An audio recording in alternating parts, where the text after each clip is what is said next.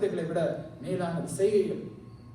The verse says in John chapter 14 and verse number 15, யோவான் 14:15 நாம் வாசிக்கிற ஆண்டவர் சொல்கிறார், நீங்கள் என்னிடத்தில் அன்பாய் இருந்தால் என் கற்பனைகளை நீங்கள் கைக்கொள்ளுங்கள்.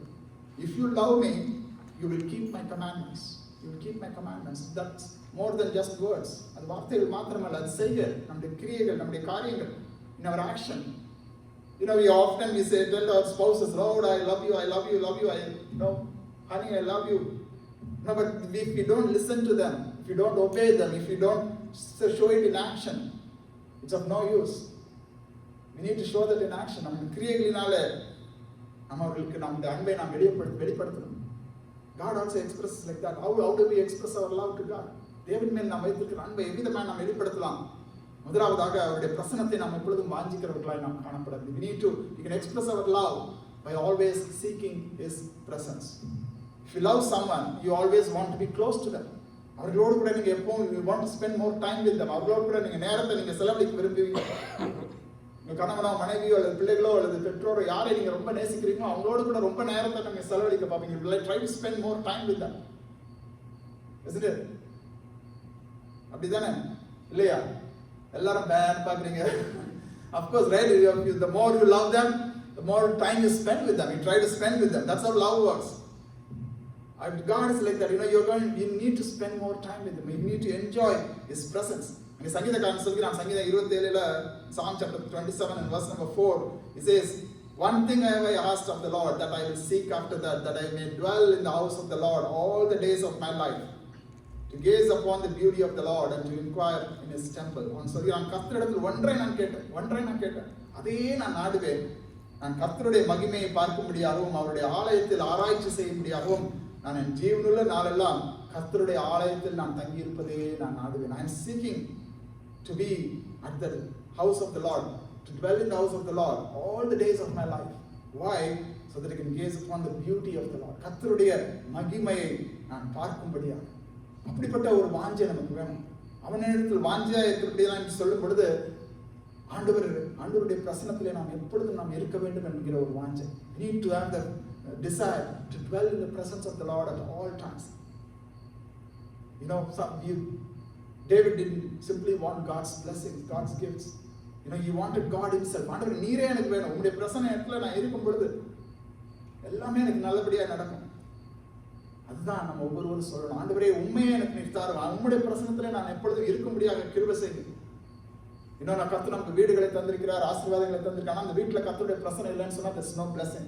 If there's no presence of God in the houses, in our homes, then this is not a blessing. If you may have good jobs, but if the job doesn't give you the peace, அந்த வேலை உங்களுக்கு ஒரு சமாதானத்தை கொடுக்கலன்னு சொன்னா it's of no use. Promotion or the job isn't worth it. Likewise, if God blesses us with many things, if you don't have the presence of God, கர்த்தருடைய பிரசன்னம் உங்களுக்கு வாழ்க்கையில இல்லைன்னு சொன்னா அதனால ஒரு பிரயோஜனமும் கிடையாது. The important thing is being in the presence of the Lord. We can express our love by desiring the presence of the Lord. We can also express our love through obedience. கீழ்ப்படிதல் மூலமாக நம்முடைய அன்பை நாம் வெளிப்படுத்தலாம். ஆண்டவராகிய இயேசு கிறிஸ்து இதே வசனம், நீங்கள் என்னிடத்தில் அன்பாய் இருந்தால் என் கற்பனைகளை கைக்கொள்ளுங்கள். If you love me, you will keep my commandments. This is what God asks us. Obedience, no matter what. Love obeys. நாம் தேவன் மேல் நாம் அன்பு செலுத்தும் பொழுது தேவன் சொல்கிற காரியங்கள் அது ஒருவேளை கஷ்டமா இருக்கலாம். It might be hard to follow, hard to obey, but we say, Lord, I love you and I am doing this for you. That's an important distinction. He said to the Lord, because you love me, I want to please you. நம்ம பிள்ளைங்களும் அப்படிதான், அதுக்காக நம்ம சொல்றதை அவங்க கேட்குறாங்க. என்ன? because they want to have love. பிள்ளைங்க they obey us. They don't need to know why. ஏன்னு சொல்லி நமக்கு தெரியும். we tell them, like there's a hot stove, ஒரு சூடான அடுப்பு, நம்ம அப்பதான் சமைச்சு முடிச்சிருக்கோம். சின்ன குழந்தை ஓடியாந்து அடுப்பு தொட வருது, அது ஒன்றும் தெரியாது. The child doesn't know that the stove is hot, but immediately when we say don't touch, stop that, immediately the child will stop. It doesn't know why the dad or mom wants us to stop. ஏன் நம்ம நிறுத்த சொல்கிறார்கள்? But then because they love us, they know that whatever we say is for their good. நாம் எதை சொன்னாலும் அது அவர்களுடைய நன்மைக்காக என்று சொல்லி அவர்கள் மனதிலே அந்த சின்ன வயசுலேயே அந்த ஒரு நம்பிக்கை வருது, அந்த ஒரு விசுவாசம் வருது. அப்படி நம்முடைய பிதாவோட நம்ம தேவனோட இருக்கிற அந்த அன்பு அப்படிதான். Sometimes we may not know why the Lord is saying, asking us to do or don't do certain things. சில வேளைகளில் சில காரியங்கள் ஏன் நாம் செய்ய வேண்டும், ஏன் நாம் செய்யக்கூடாது என்று சொல்லி நமக்கு தெரியாது. ஆனால் ஆண்டவருடைய வார்த்தைக்கு நாம் கீழ்ப்படியும் பொழுது, when we obey God and thereby expressing our love, that's what is blessing for us. அதுதான் நமக்கு ஆசீர்வாதமா இருக்கும். That's what is beneficial for us. அதுதான் நமக்கு நன்மையானதா இருக்கும். அநேக வேளை நமக்கு இருக்கலாம், ஆண்டவரே நீர் என்னை நேசிக்கலையே. Lord, when God says no certain times, we also sometimes say no to our children. நம்முடைய பிள்ளைகளுக்கு சில வேளைகளில் because we love them, நாம் அவர்களை நேசிக்கிற அப்படின்னா சில காரியங்களுக்கு நம்ம நோன்னு சொல்லுவோம், ஸ்ட்ரிக்டா நோன்னு சொல்லுவோம். சில காரியங்களுக்கு நம்ம ஆமா சொல்லுவோம், எஸ். சில காரியங்களுக்கு நம்ம சொல்லுவோம் wait for some time. God is like that. Sometimes he says yes, sometimes he says no, sometimes he says wait. God knows everything. And we need to love the Lord no matter what. We need to obey the Lord no matter what. Sometimes the door could be closed. சில வேளைகளில் எங்கள் வாசல்கள் அடைக்கப்பட்ட மாதிரி இருக்கலாம். நம்ம எவ்வளோ வாட்டி தட்டினா திறக்காமல் இருக்கலாம். But there is a reason why God allows certain things in our lives. சில வேளைகளில் தேவன் சில காரியங்களை இந்த வாழ்க்கையை நம்ம அனுமதிக்கிறோம். அது தேவனுக்கு கீழ்ப்படிவது அது மிகவும் அவசியமாக இருக்குது. மூன்றாவதாக, we can express our love through our trust in him. நாம் அவரை நேசிக்கிற, நாம் அவர் மேல் வைத்திருக்கிற அந்த நம்பிக்கை, அந்த விசுவாசத்துல நம் தேவன் மேல் நாம் வைத்திருக்கிற அந்த அன்பை நாம் வெளிப்படுத்தலாம். அங்கே ஆபிரகாமை தேவன் அழைத்தார். ஆபிரகாம், அந்த வசனம் சொல்கிற எபிரேயர் 16வது அதிகாரம் 8வது வசனத்துல, விசுவாசத்தினாலே ஆபிரகாம் தான் சுதந்திரமாக பெறப்போகிற இடத்திற்கு போகும்படி அழைக்கப்பட்ட பொழுது கீழ்ப்படிந்து தான் போகும் இடம் என்னதென்று அறியாமல் அவன் புறப்பட்டு போனான். ஆபிரகாம் தேவனை நேசித்தான். Abraham loved God so much. God called him as my own friend, my friend. சிநேகிதனே என்று சொல்லி தேவன் ஆபிரகாமை அழைத்தார். தேவனுடைய அன்புக்கும் பாசத்துக்கும் உரிய ஒரு மனிதனாக அவன் காணப்பட்டான். He was a man who was loved by God, but more than that, Abraham loved God. And because of that love, he trusted him no matter what. He was in a place very comfortable. அவன் ஒரு வசதியான ஒரு இடத்துல அவன் இருக்கான். திடீர்னு கர்த்தர் சொல்கிறார், நான் சொன்ன இடத்துக்கு நீ போ, அவனுக்கு காண்பிக்கும் தேசத்துக்கு நீ போ. ஆதியாகமம் 12ல நான் வாசிக்கிறோம், உன்னை நான் பெரிய ஜாதி ஆக்குவேன், நீ போ, கிளம்பி போ. எந்த இடத்துக்கு போறேன்னு கர்த்தர் சொல்றாரு. God did not tell him where he was going, where he was headed to. He did not show him the destination. He did not show him the path. போய் இடத்தை காட்டவில்லை, வழியை காட்டவில்லை. நான் காண்பிக்கிற தேசத்துக்கு நீ போ. அவன் விசுவாசித்தவன் போனான். He believed, he trusted God. தேவனை அவன் விசுவாசித்தான். அது அவனுக்கு நீதியாக எண்ணப்பட்டது என்று நாம் வேதத்திலே நாம் வாசிக்கிறோம். He trusted God and that was counted as righteousness for him. The love that he had was expressed through the trust that he had in him. தேவன் மேலும் வைத்திருக்கிற அந்த அன்பு, அந்த கீழ்ப்படிதல், அந்த விசுவாசத்தினாலே அது வெளிப்பட்டதை இந்த இடத்துல நாம் வாசிக்கிறோம். தேவனை அவன் விசுவாசித்தான். யோபு தேவனை விசுவாசித்தான். எல்லாத்தையும் அவன் இழந்து போனான். Job lost everything. But yet he said, God is good. கர்த்தர் கொடுத்தார், கர்த்தர் எடுத்தார், கர்த்தருடைய நாமத்துக்கு ஸ்தோத்திரம். He said, God gave and he taketh away. Praise be to God. That was his trust that he had in him. That's how he expressed his love. Joseph, he was betrayed by his brothers. He was put in prison. Many years he was in struggle. அநேக ஆண்டுகள் யோசேப்பு அங்கே சிறைச்சாலையில் அடைக்கப்பட்டு வருத்தத்தோடு வேதனையோடு கூட இருந்தான். ஆனால் கடைசியில் அவன் சொல்றான், கர்த்தர் எல்லாவற்றையும் நன்மையாக முடிய பண்ணினார். The Lord meant everything for good. You meant evil for me, but God made it to good. கர்த்தர் அதை நன்மையாக அவர் மாற்றினார். நம்முடைய அனுபவம் அப்படியாக நம்ம கர்த்தர் நாம் முழுமையாக நாம் விசுவாசிக்கும் பொழுது, when we have our trust in him wholeheartedly, that's how we can express our love for God. நம்முடைய வாழ்க்கையில் அநேக வேளையில் சில காரியங்கள் நாம் எதிர்பார்க்காத சூழ்நிலைகளாக இருக்கலாம். Sometimes that things could go far different than what we want or expect or pray for. But behind everything, there is a reason why God allows certain things. ஆனால் எல்லாவற்றுக்கும் பின்னாக கர்த்தர் சில காரியங்களை அவர் வைத்திருக்கிறார், அவர் அறிந்திருக்கிறார். எது நல்லது, எது நேர்த்தியானது. God knows what is good, what is best for us. And he allows certain times, certain things in our lives. சில வேளையில் சில காரியங்கள் நம்முடைய வாழ்க்கையில நடப்பதற்கு தேவன் அனுமதிக்கிறார். தேவனை நாம் முழுமையாக நாம் விசுவாசிக்க வேண்டும். அடுத்ததாக இந்த வசனம் சொல்கிறது, அவன் இடத்தில் வாஞ்சையா இருக்கிறபடினா, அடுத்ததாக என் நாமத்தை அவன் அறிந்திருக்கிறபடியா, because he knows my name. Because he knows my name. These are the first two things that we should know. We must love him and we must know his name. We must know his name. நாமத்தை அவன் அறிந்திருக்கிறபடினா, இந்த NIV also says he acknowledges my name. So knowing and acknowledging his name, these are two important things. It means knowing God, knowing who God is, and also recognizing His authority in our lives. தேவனை அறிந்து கொள்வது மாத்திரமல்ல, ஆண்டவரே என்னுடைய வாழ்க்கையில தேவனை எல்லாம் என்று சொல்லி முழுமையாக நாம் ஒப்புக் கொடுக்கணும். We need to surrender ourselves to Him. We need to know who God is really in our life. நம்முடைய வாழ்க்கையில தேவனுக்கு என்ன பங்கு, what role God plays, not just as a mere bystander. அப்படியே சைட்ல ஒதுக்கப்புறமா நம்ம நினைக்கிற நேரம் சும்மா போயிட்டு அப்படியே அந்த மாதிரி கிடையாது. But He is our refuge, He is our fortress. Like கடந்த முதல் வாரங்களில் நம்ம தியானித்தபடி, ஆண்டவரே நீரே என் அடைக்கலம், நீரே என் கோட்டை, நீரே என் தேவன், நான் நம்பி இருக்கிறவர் என்று சொல்லுவேன்.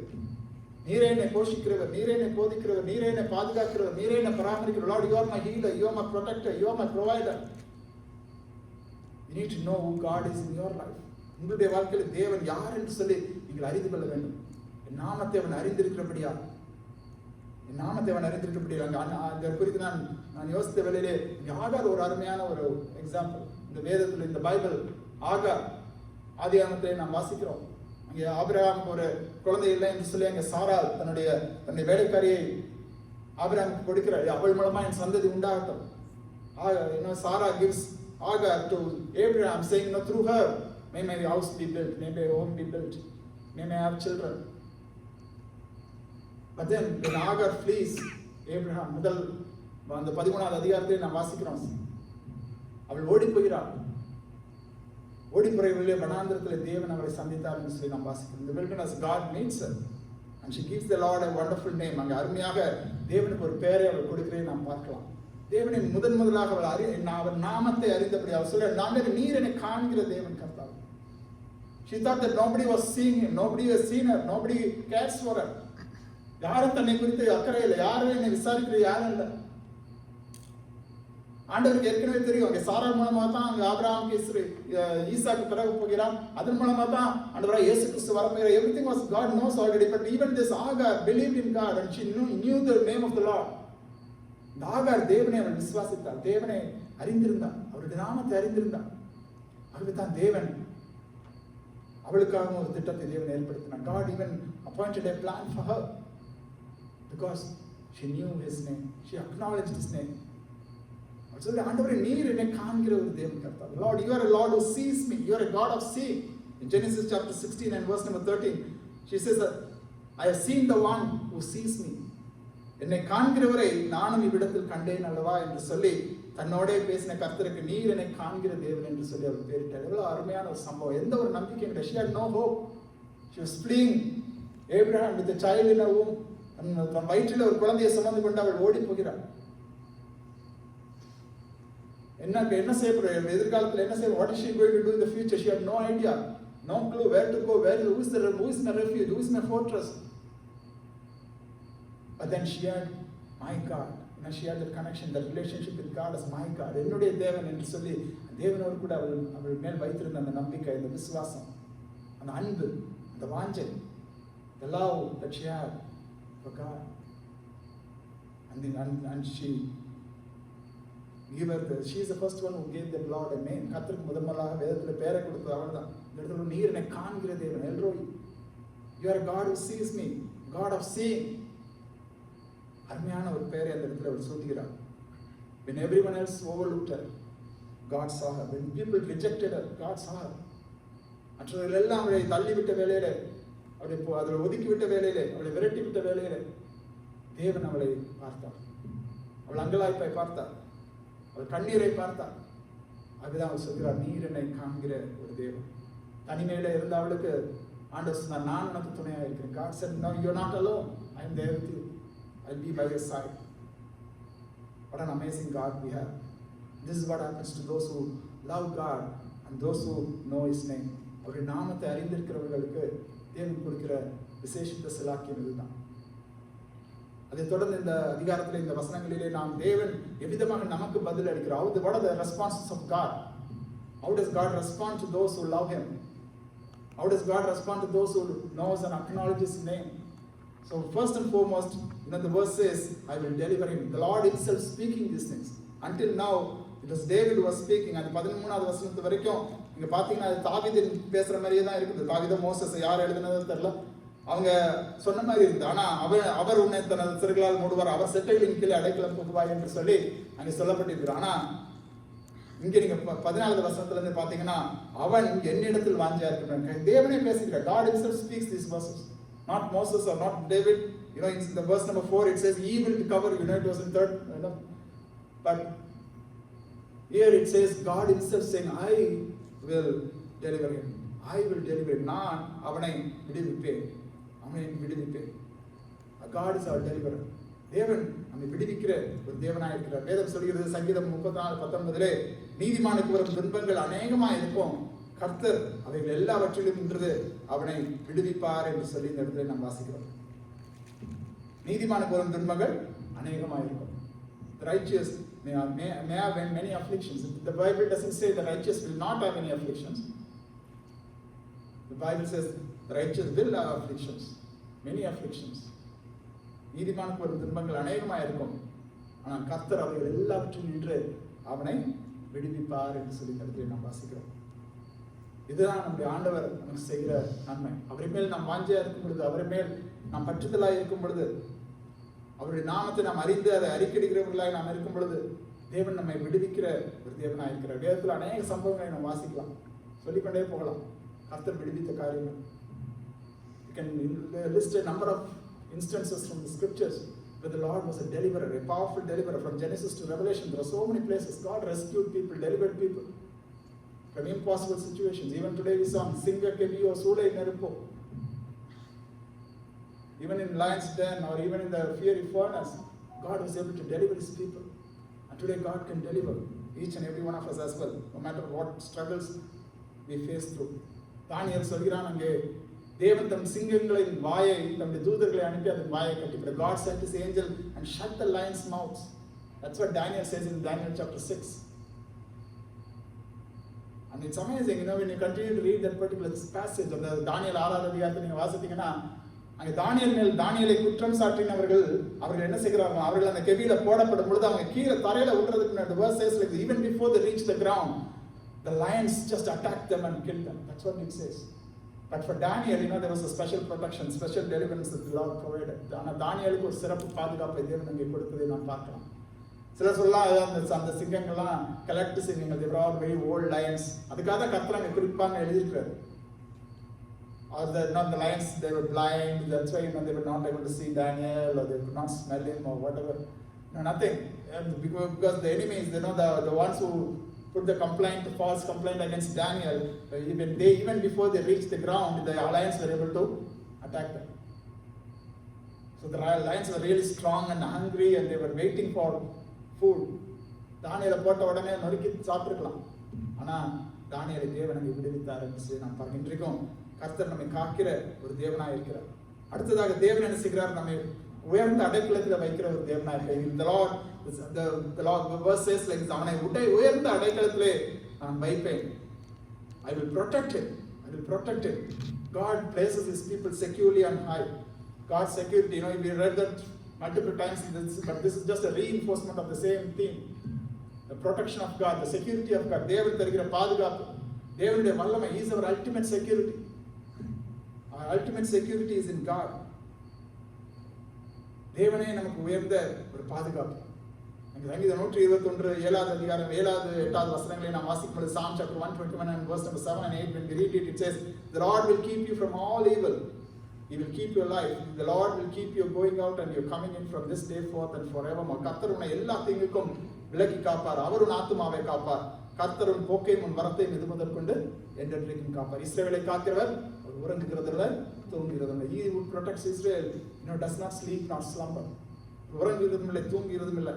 No matter what happens around us, God knows, God protects. No, we may not know the traps in front of us. நமக்கு முன்பாக வைத்திருக்கிற கண்ணிகள் நமக்கு தெரியாது, ஆபத்துகள் நமக்கு தெரியாது, ஆனால் தேவனுக்கு தெரியும், கர்த்தருக்கு தெரியும். நம்மை விலக்கி காக்க வல்லமையுள்ள ஒரு தேவனாக இருக்கிறார். வசனம் சொல்கிறது, கர்த்தரின் நாமம் அது பலத்த துருகம், நீதிமான் அதற்குள் ஓடி சுகமாய் இருப்பான். The name of the Lord is a strong tower, the righteous run into it and they are safe. His name is our refuge. அவருடைய நாமம் நமக்கு ஒரு பலத்த துருகம். இன்றைக்கும் அவருடைய நாமத்தை நாம் அறிந்திருக்கும் பொழுது, நாமத்தை அவன் அறிந்திருக்கிறபடியா, because he knows my name, because he acknowledges my name, I shall keep him in high security. அவனை உயர்ந்த அடைக்கலத்திலே நான் வைப்பேன். I will protect him. ஒரு உயர்ந்த அடைக்கலம் என்பது அந்த நாளுக்குள்ள தான் பாதுகாப்பு. The higher the refuge is, the more safe it is. Safe from enemies, safe from floods or animals or whatever it is. That's what it says now. உயர்ந்த அடைக்கலத்திலே நான் I will protect him. I will lift him high.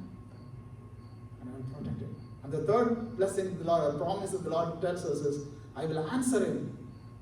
அவனுக்கு மறு உத்தரவு அருளி செய்வேன். என்னை நோக்கி அவன் கூப்பிடுவான், நான் அவனுக்கு மறு உத்தரவு அருளி செய்வேன். When he calls to me, I will answer him. I will answer him. What a wonderful promise. In Jeremiah chapter 33 and verse number 3, the Lord tells his people, கர்த்தர் சொல்கிறார் தன்னுடைய ஜனங்களை நோக்கி, call to me and I will answer you and I will tell you great and hidden things that you have not known. என்னை நோக்கி கூப்பிடு, அப்பொழுது நான் உனக்கு உத்தரவு கொடுத்து நீ அறியாததும் உனக்கு எட்டாததுமான பெரிய காரியங்களை உனக்கு நான் அறிவிப்பேன். This is an open invitation, open to all of us. நம்ம எல்லாருக்கும் தேவன் கொடுக்கிற ஒரு அழைப்பு. என்னை நோக்கி கூப்பிடு. He is just waiting for us to call him. அவரை நோக்கி கூப்பிடுவதற்கு அவர் எதிர்பார்க்கிறார். ஸோ என்னை நோக்கி கூப்பிடு, அப்பொழுது நான் உனக்கு உத்தரவு கொடுத்து நீ அறியாத உனக்கு எட்டாததுமான பெரிய காரியங்களை உனக்கு அறிவிப்பேன். கர்த்தர் சொல்லவில்லை நீயே அதை கண்டுபிடிச்சுக்கோ, உனக்கு அறியாத மெட்டாத பெரிய காரியம் நீனே கண்டுபிடிச்சுக்கோ. You just discover yourself, you figure it out yourself. No, God says you call me, I will answer you, I will respond to you. நம் கேட்கிற ஜபங்களுக்கு தேவன் பதிலளிக்கிறார். அதுதான் இது நமக்கு நினைவுபடுத்துகிறது. Whatever prayer request that we have, our God is waiting for that, for us to pray, for us to call upon his name. அவருடைய நாமத்தை நாம் கூப்பிடுவதற்கு, அவரை நோக்கி கூப்பிடுவதற்கு தேவன் காத்துக்கொண்டிருக்கிறார். 1 யோவான் 5வது அதிகாரம் 14வது வசனம், 1 John chapter 5 and verse number 14, the verse says like this. It says, and this is the confidence that we have towards him, that if we ask anything according to his will, he hears us. நாம் எதையாகிலும் அவருடைய சித்தத்தின்படி கேட்டால் அவர் நமக்கு செவி கொடுக்கிறார் என்பதே அவரை பற்றி நாம் கொண்டிருக்கிற தைரியம். நாம் எதையாகிலும் அவருடைய சித்தத்தின்படி கேட்டால், according to his will, if we ask anything, he hears us. நம்மை கேட்கிற ஒரு தேவனாக இருக்கிறார். நமக்கு மறு உத்தரவு அருளுகிற ஒரு தேவனாக இருக்கிறார். Sometimes the answer might be no, sometimes the answer might be wait, sometimes the answer could be yes. சில வேளை தேவன் நமக்கு சரி சொல்லலாம், இல்லைன்னா கொஞ்ச நாள் பொறுத்துரு என்று சொல்லலாம், இல்லைன்னா சில வேளை இல்லை என்று சொல்லலாம். But God will never be silent. ஆனால் ஒரு பொழுதும் அவர் மறு உத்தரவு வரலாம்னு இருக்க மாட்டார். He will always answer, he will always respond with either a yes or a no or a wait, whatever it is, because Lord knows what is best for us. நமக்கு எது நல்லதுன்னு சொல்லி கர்த்தருக்கு தெரியும். ஆனால் கர்த்தர் நம்முடைய பிள்ளைகளுக்கு அவர் எப்பொழுதும் மறு உத்தரவு அருளுகிற ஒரு தேவனாக இருக்கிறார். He always responds to his children.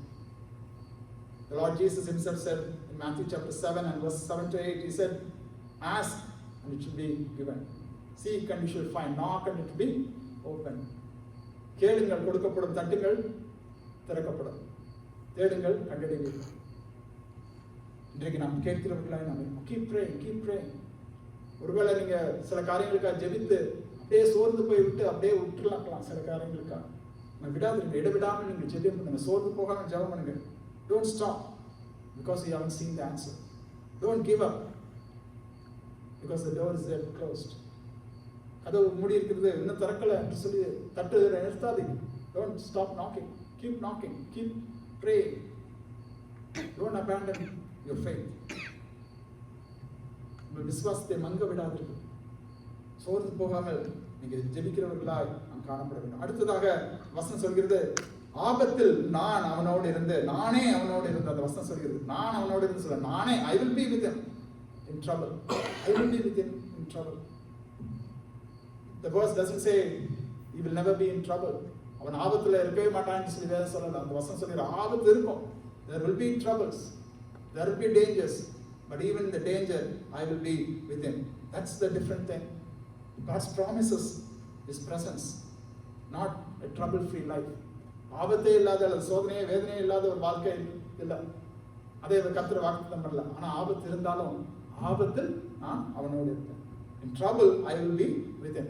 சொல்கிறார் 43வது அதிகாரம் 22வது வசனம், Isaiah chapter 43 and verse number 2, we read like this, when you pass through the waters I will be with you, and through the rivers they shall not overwhelm you.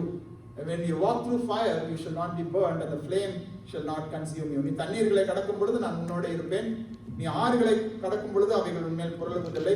நீ அக்கினியில் நடக்கும் பொழுது வேகாதிருப்பாய். அக்கினி ஜுவாலை உன் பேரில் பற்றாது. There will be waters, there will be fires. அங்க அக்கினி இருக்கும், ஆறுகள் இருக்கும், தண்ணீர்கள் இருக்கும். அவைகளை நாம் கடக்க வேண்டிய சூழ்நிலையில் இருக்கும். We need to walk through those things, walk through fires, walk through rivers.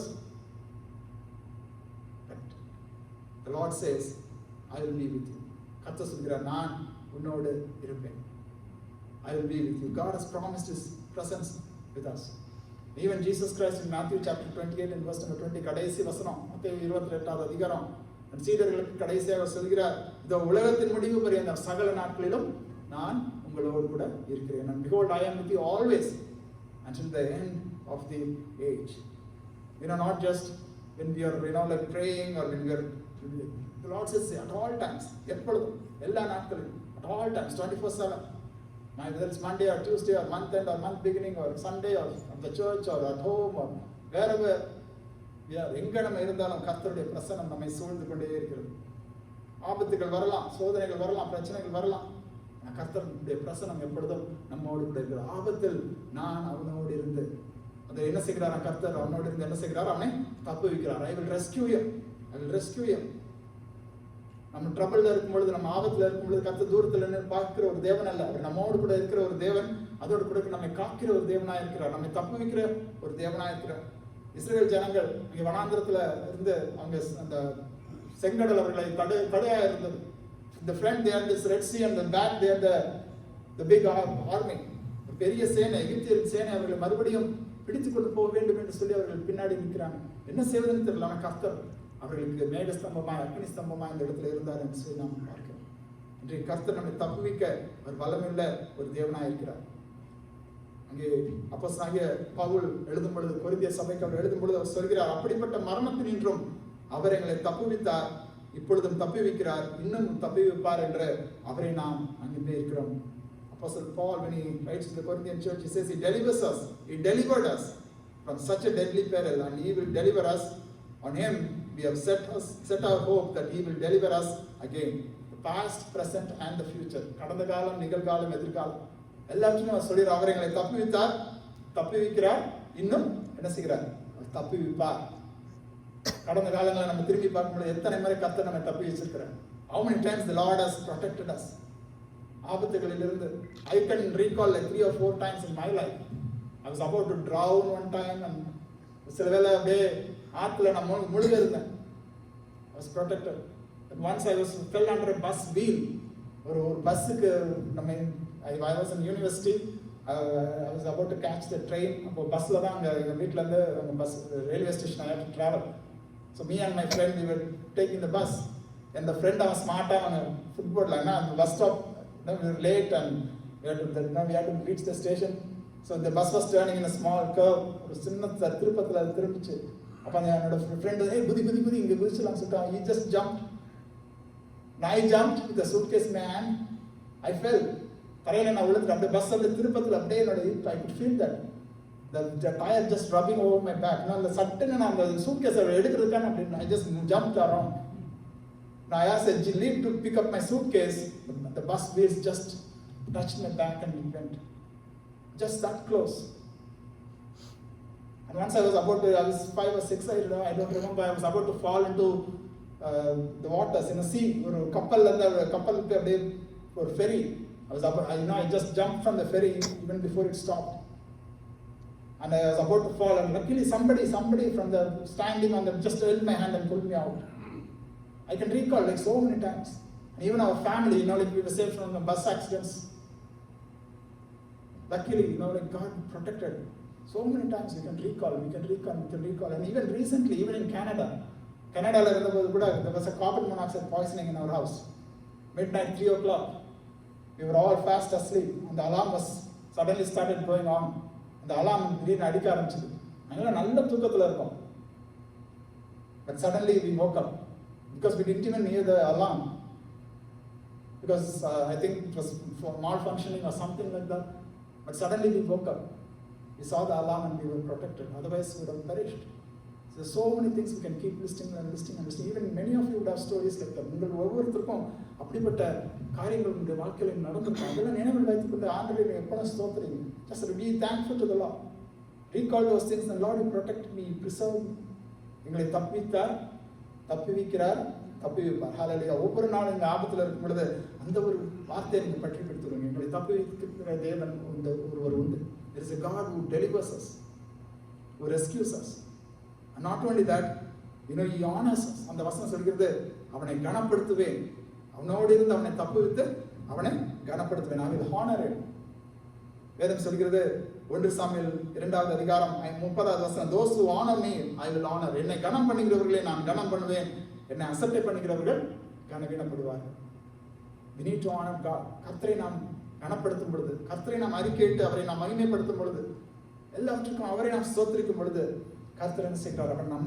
அவர் கனம் பண்ணுகிற ஒரு தேவனா இருக்கிறார். மற்றவர்களுக்காக ஊழியம் செய்யாதீங்க, மற்றவர்களை பார்க்கணும் என்று சொல்லி பிரயாசப்படாதீங்க. மனிதர்கள் ஒரு நாள் அவங்க பாராட்டுவாங்க. One day they will appreciate us and next day they will just put us down and trample. மறுநாள் அவங்களை நம்ம தரையில போட்டு நம்மளுக்கு மிதிப்பாங்க. But look for how God will honor you. தேவன் எவ்விதமாக உங்களை அங்கீகரிக்கிறார், உங்களை பார்க்கிறார், உங்களை கனப்படுத்துகிறார் என்று சொல்லி பாருங்க. மனுஷர் பார்வைக்கு பிரியமாய் நாம் ஊழியம் செய்யாமல் ஆண்டவருடைய பார்வைக்கு நாம் பிரியமா நாம் ஊழியம் செய்யணும். வேதம் சொல்கிறது எபிரேயர் 6வது அதிகாரம் 10வது வசனம், உங்கள் கிரியைகளையும் நீங்கள் பரிசுத்தவான்களுக்கு ஊழியம் செய்ததினாலும் செய்து வருகிறதுனாலும் தமது நாமத்திற்காக காண்பித்த அன்புள்ள பிரயாசத்தையும் மறந்து விடுகிறதுக்கு தேவன் அநீதி உள்ளவர் அல்லவே. God is not unjust so as to overlook your work and the love that you have shown for his name in serving the saints as you still do. So God is a righteous God and he is a just God. அவர் நீதி உள்ள ஒரு தேவன், அவர் நியாயமுள்ள ஒரு தேவன். அவர் நாம் எடுக்கிற எல்லா பிரயாசத்தையும், even நீங்க அந்த சர்ச்சில் நீங்க செய்யற சின்ன சின்ன காரியங்கள், சின்ன குப்பையை நீங்க எடுத்து போட்டா, குப்பையை கட்டினா, அல்லது சமைச்சு கொண்டு வந்தா, அல்லது வாட்டர் கிளீன் பண்ணா, whatever work that you do for the Lord, or ministry that you do, go out and tell somebody about Jesus, do some small help to other people. Everything God watches, he observes. நாம மகிமைக்கா நீங்க ஒரு கலசம் தண்ணீரை குடிக்க கொடுத்தாலும் அதன் பலனை நீங்கள் அடையாமல் போவதில்லை. Even a small jug of water that we give to those who serve the Lord, God recalls that, he remembers that. தேவன் அதை அறிந்திருக்கிறார், தேவன் அதை நினைவில் வைத்துக் கொள்கிறார். Don't live for people's applause. ஜனங்கள் உங்களை பாராட்டணும், ஜனங்கள் உங்களை புகழணும்னு சொல்லி அதற்காக நீங்க வாழாதீங்க. கர்த்தர் உங்களை பார்க்கிறாரா, கர்த்தர் உங்களை அங்கீகரிக்கிறாரா? God's approval, that's eternal. அது நித்தியமாக நிலைக்கக்கூடியது. தேவன் அதை அங்கீகரிக்கிற ஒரு தேவனாக இருக்கிறார். கடைசியாக 7வதாக அந்த நீடித்த நாட்களால் அவனை திருப்தியாக்கி, with long life I will satisfy. God is a God who satisfies us. நம்மை திருப்தியாக்கிற ஒரு தேவன். வேதம் சொல்கிறது, ஏசாயா தீர்க்கதரிசியின் புத்தகம் அங்கே 58வது அதிகாரம் 11வது வசனத்துல, கர்த்தர் நித்தமும் உன்னை நடத்தி மகா வறட்சியான காலங்களில் உன் ஆத்துமாவை திருப்தியாக்கி உன் எலும்புகளை நினமுள்ளதாக்குவார். நீ நீர் பாய்ச்சலான தோட்டத்தை போலவும் வற்றாத நீரூற்றை போலவும் இருப்பாய். God, the Lord will guide you continually and satisfy your desire in scorched places. You satisfy your desire in scorched places. வறட்சியான இடங்கள், எல்லா இடங்களிலும் ஒரு வறட்சி, மகா வறட்சியான காலம். ஆனா அந்த இடங்களிலும் கர்த்தர் என்ன செய்கிறார்? ஆத்துமாவை அவர் திருப்தியாக்குகிறார் என்ற வசனத்தை நாம் வாசிக்கிறோம். நம்முடைய ஆத்துமாவை திருப்தியாக்குகிறார், பாவமுள்ள ஆத்துமாவை திருப்தியாக்குகிறார், பரிபூரணத்தை கொடுக்கிறார். He gives us abundantly. Jesus said, I came that they may have life and have it abundantly. நானும் அவைகளுக்கு ஜீவன் உண்டாயிருக்கும், அது பரிபூரணப்படவும் வந்தேன் என்று சொல்லி அங்கே நாம் வாசிக்கிறோம். ஆண்டவராகிய இயேசு கிறிஸ்து வந்ததன் நோக்கம் அதுதான். He came us to give that abundance in our life, that satisfaction in our life. நமக்கு ஒரு திருப்தியை, நமக்கு ஒரு பரிபூரணத்தை கொடுக்க முடியாத ஆண்டவராகிய இயேசு கிறிஸ்து அவர் வந்தார். இன்றைக்கு நம்ம ஒவ்வொருவரையும் அவர் திருப்தியாக்க வல்லமுள்ள ஒரு தேவனாக இருக்கிறார். சங்கீதக்காரன் சொல்கிறான், கர்த்தர் என் மேய்ப்பராக இருக்கிறார், நான் தாழ்ச்சி அடையேன். The Lord is my shepherd, I shall not want. I shall not want. That's the experience of those who love God, those who know his name. ஆண்டவரை அறிந்திருக்கிறவர்கள், ஆண்டவரை நேசிக்கிறவர்களுக்கு தேவன் கொடுக்கிற ஒரு பெரிய கிருபை அதுதான். கடைசியாக அவர் சொல்கிறார், என் ரட்சிப்பை அவனுக்கு காண்பிப்பேன். I will show him my salvation. This is the greatest promise. God just doesn't promise protection or a provision, but in the end he says, he promises salvation, and I will show him my salvation. The Bible clearly says God is the salvation. In Isaiah chapter 12 and verse number 2, we see that, behold, God is my salvation. Ido devane en rakshippu. And அந்த தேவனே என் ரட்சிப்பு என்று சொன்னது அந்த இடத்துல ஆண்டவராகிய இயேசு கிறிஸ்து அவர் நமக்கு ரட்சிப்பாய். லூக்கா 2வது அதிகாரத்திலே அங்கே நாம் வாசிக்கிறோம், தேவரீர் சகல ஜனங்களுக்கு முன்பாக ஆயத்தம் பண்ணி உம்முடைய ரட்சிப்பை என் கண்கள் கண்டது. Salvation arrived in the person of Jesus. தேவனே என் ரட்சிப்பு என்று இருந்தது. ஆண்டவராகிய இயேசு கிறிஸ்துவின் மூலமாய் எல்லாருக்கும் அந்த ரட்சிப்பு அருளப்பட்டது. எவ்ரிபடி அவருடைய நாமத்தை விசுவாசிக்கிறவர்கள் யாராயிருந்தாலும், அவருடைய நாமத்தை தொழுது கொள்கிறவர் யாராயிருந்தாலும் அவர்களுக்கு அந்த ரட்சிப்பு அருளும்படியாக. There is no other name. There is no other name. And there is salvation in no one else. And there is no other name under heaven given among men by which we must be saved. அவராலே அன்றி வேறு ஒருவராலும் ரட்சிப்பு இல்லை. நாம் ரட்சிக்கப்படும்படிக்கு வானத்தின் கீழெங்கும் மனுஷர்களுக்குள்ளே அவருடைய நாமமே அல்லாமல் வேறொரு நாமம் கட்டளையிடப்படவும் இல்லை என்று சொல்லி நாம் இடத்துல நாம் வாசிக்கிறோம். There is no other name. There is no other way through which we can have salvation. இந்த நித்தியத்தை, அந்த ரட்சிப்பை நாம் பெறுவதற்கு ஆண்டவராகிய இயேசு கிறிஸ்து ஒருவரே வழி. He said, I am the way, the truth and life. நானே வழியும் சத்தியமும் ஜீவனுமாய் இருக்கிறேன். There is no other choice, no other way. He is the only way. Romans chapter 10 and verse number 13. ரோமர் 10வது அதிகாரம் 13வது வசனத்தில் இந்த ரட்சிப்பை நாம் எப்படி நாம் பெற்றுக்கொள்ளலாம்? How can we receive this salvation? Verse says, everyone who calls on the name of the Lord will be saved. கர்த்தருடைய நாமத்தை தொழுது கொள்கிற எவனும் ரட்சிக்கப்படுவான் என்று சொல்லி நாம் வாசிக்கிறோம். ஆண்டவராகிய இயேசு கிறிஸ்துவை நீ உன் வாயினாலே அறிக்கையிட்டு தேவன் அவரை மரித்தோரிலிருந்து எழுப்பினார் என்ற இருதயத்திலே விசுவாசித்தால் நீ ரட்சிக்கப்படுவாய் என்ற வசனத்திலே நாம் வாசிக்கிறோம்.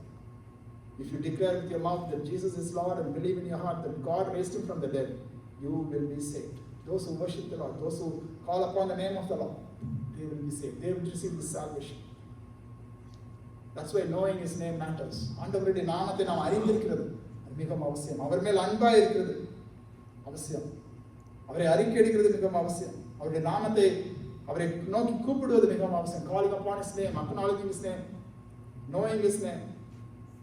It's all very important. Let's all stand up and look up to Heavenly Father. If you don't have that salvation, if you don't have that assurance that you are saved, today you come to the Lord and say, Lord, I need your salvation. You are a God who delivers me. You are a God who protects me. You are a God who answers me. You are a God who is there with me in trouble. You are the God who will rescue me. You are the God who will honor me. And you are the God who will give me, satisfy me with long life. And you are the one above everything. You are the above one who shows your salvation to me. And today, without that salvation, all the other blessings are of no use. And the ரட்சிப்பு இல்லை என்று சொன்னான். எந்த ஆசீர்வாதம் நம்முடைய வாழ்க்கையில் இருந்தாலும் அது பிரயோஜனம் கிடையாது. இன்றைக்கு ஆண்டவரை நோக்கி நாம் பார்ப்போம். ஆண்டவரே, நீரே என் நம்பிக்கை, நீரே என் கோட்டை, நீரே என் அடைக்கலம், நீரே என் தஞ்சம், நீரே என் தேவன் என்று சொல்லி அவரை நோக்கி நாம் பார்ப்போம். Let's tell the Lord, Lord, you are my God, you are my hope, you are my refuge, you are my fortress, you are the God in whom I trust. நான் நம்பி இருக்கிறவர் என்று சொல்லு. உங்கள் இருதயத்தில் இப்பொழுது ஆண்டவரை நோக்கி பாருங்க. ஆண்டவரே, உண்மையே நான் நம்பி இருக்கிறேன். ஒருவேளை சில வேளைகளில் உண்மை விட்டு நான் விலகி இருந்தாலும், உண்மை விட்டு பிரிந்து இருந்தாலும், உண்மையை முழு அளவில் என்னால் நேசிக்கவில்லை என்று சொன்னால் ஆண்டவரே என்னை மன்னியும் என்று சொல்லி ஆண்டவரை நோக்கி பாருங்க. If you tell the Lord, Lord, sometimes I might have slipped back, sometimes I might have failed to love you, or give the higher priority to you, Lord. Forgive me. Take me back as your son. Take me back as your child. Help me to love you even more. Prioritize you even more. உண்மை இன்னும் அதிகமாக உண்மையில் வாஞ்சையாக இருக்க, இன்னும் அதிகமாக உண்மை நேசிக்க, இன்னும் அதிகமாக உங்களுடைய நாமத்தை அறிந்து கொள்ள, உண்மை நோக்கி கூப்பிட எனக்கு கிருபை செய்யும் என்று சொல்லி இந்த வேலையில் அவரை நோக்கி நான் பார்க்கணும். ஆண்டவர் பெரிய காரியங்களை அவர் நம்முடைய வாழ்க்கையில் அவர் செய்ய வாஞ்சை உள்ள தேவனாக இருக்கிறார். நாம் அவரிடத்தில் வாஞ்சையாக இருக்கணும். We need to love him. We need to hold fast to him. Our Lord loves us. Our loving Heavenly Father, Lord, we thank you once again for this wonderful time that you've given us, Lord, to study your word. And help us to apply this in our lives, Master. Help us to cling fast to you, to hold fast to you. Help us to love you. Help us to desire your presence. Help us to obey your words. Help us to put our trust in you more and more, Lord. And help us to know your name and acknowledge your name in other places. Lord, it's very hard, very tough. Sometimes we fail to open our tell about you to others, but help us to open up and speak to others about you, Master. Lord, we commit each and every one of us here. இங்கே இருக்கிற ஒவ்வொரு பிள்ளைகளும் இந்த சமூகத்தை நாங்கள் அர்ப்பணிக்கிறோம். அப்படி ஒவ்வொரு பிள்ளைகளையும் ஆசீர்வதிங்க, ஒவ்வொரு குடும்பத்தையும் ஆசீர்வதிங்க, சிறு பிள்ளைகள் வாலிபர்களை ஆசீர்வதிங்க. இந்த நாளிலும் ஆண்டவர் பிரயாணமாய் ஆண்டவரே இருக்கிற பிள்ளைகளை ஆசீர்வதிங்க ராஜா. ஒவ்வொரு பிள்ளைகளையும் ஆசீர்வதித்து காத்து வழிநடத்துங்க. துதிக்க மகிமையாக ஒருவருக்கே நாங்கள் செலுத்துகிறோம். பெரிய சிறந்த நாமத்திலே கேட்கிறோம் பிதாவே. ஆமென். நாம் யாவருமாக சேர்ந்து